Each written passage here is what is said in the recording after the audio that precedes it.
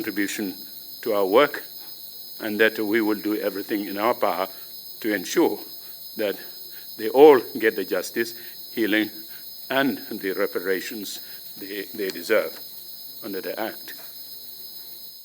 We hope that many more witnesses will come forward and assist the Commission in carrying out its mandate to create an impartial record of human rights violations and abuses during the period July 1994 to January 2017.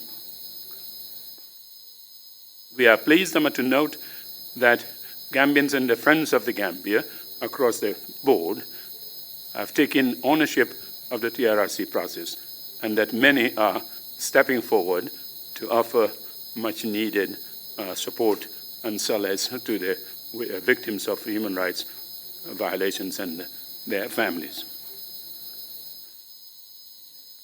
The TRRC remains committed to fulfilling its mandate to assist the country on this difficult path to justice, healing, and reconciliation. The TRRC cannot do this without the support and the encouragement of the general public. And so, as always, we continue to crave the public's continued support, understanding, and the prayers.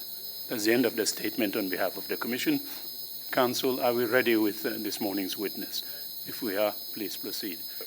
Good morning, Mr. Chairman, Commissioners, and members of the audience. Yes, indeed, we are ready to proceed with today's proceedings. But before then, I just wish to indicate that, as you have rightly alluded to, we have not yet quite finished the investigations in the Usman Kodosise murder incident. There are still a few good witnesses or important witnesses who are yet to testify, Mr. Toure including. We are doing our utmost to ensure that every witness involved or any person we know to have information about that particular incident would come before the Commission and testify. This is a People's Commission. The people have taken ownership of it.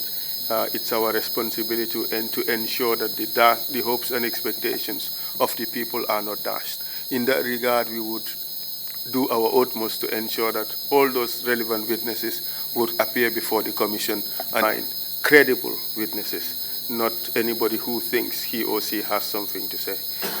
This should be limited to credible witnesses because Gambians are entitled to the truth and not a person's own concocted version of what that person thinks ought to be the truth. With regards to this session, it would be dedicated mainly to the attempts by the previous government to muscle the media. The media, as important it is in a democratic society, as we have seen in Gambia, it has been reduced to be a compliant institution when this is supposed to be a watchdog to the society, not just the government. So we would dedicate a bit of time to this inquiry. We would ask you to crave your indulgence.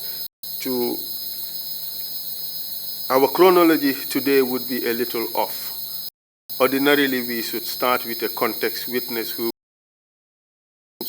and then we would have the victims and provide more details. Not possible today in his own victimization and things. Good morning, Mr. Chairman. Good morning.